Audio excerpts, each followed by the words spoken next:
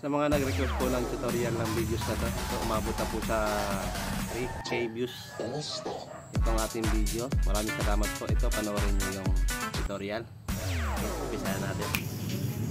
So ayan, kung wala kayo ng ganyang video, ihagis nyo yung jacket, and after nyo ihagis, suotin yung jacket, tapos tumalon kayo. Yan, save nyo, punta kayo ng CapCut, tapos kunin nyo yung video.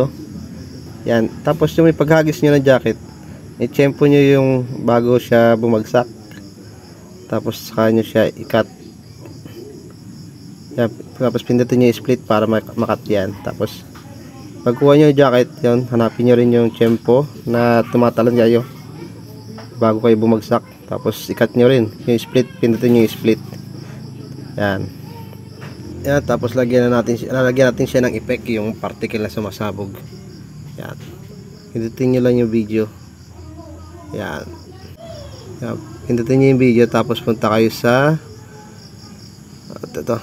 freeze. Magkakaroon siya ng 3 second snapshot. Yan, tapos balik, punta kayo sa style, click nyo yung particle, hanapin nyo yung particle, tapos pindutin, hanapin nyo yung dissipate 1. Ayan yung dissipate, tayo nyo mag 100%. Ayan, yun lang yung effect nya, yung sumasabog na particle. Tapos doon naman sa kabilang video. Yan, pindutin nyo din yan, tapos punta kayo doon sa una natin sa freeze, hanapin nyo rin yung freeze ulit. Tapos yan, magkakaroon ulit siya ng 3 second snapshot.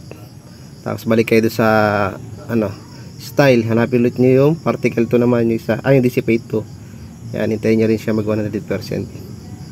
Yan, tapos delete nyo na yung hindi na kailangan na video para magdugsong silang dalawa. So ayan, tapos i-adjust nyo rin yung video, yung particle, tanggalin yan, i-adjust nyo yun para mas pino yung pagkabagsak nya. Yan, i-adjust nyo pa rin, kayo na bahala magtimpla. Yan, tapos doon sa isa, ganun din, i-adjust nyo rin siya, itimpla nyo rin siya, yung bago siya mag-disappear, yun nyo siya ilagay. Yan, tapos i-play natin. Yan, pagka kulang pa rin, adjust nyo pa rin siya ng konti.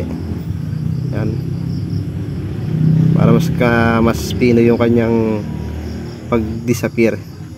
Ayan, pindutin nyo lang yung yung picture, tapos i-adjust nyo yung kulay puti, ihilahin nyo, kaya itulak nyo pa una. Ayan, sana nakatulong sa inyo yung video. Ayan, i-play natin. Ayan, ganyan lang kadali mga lodi. Sana sundan nyo ako kahit papaano. Yan, maraming salamat sa mga nag-request.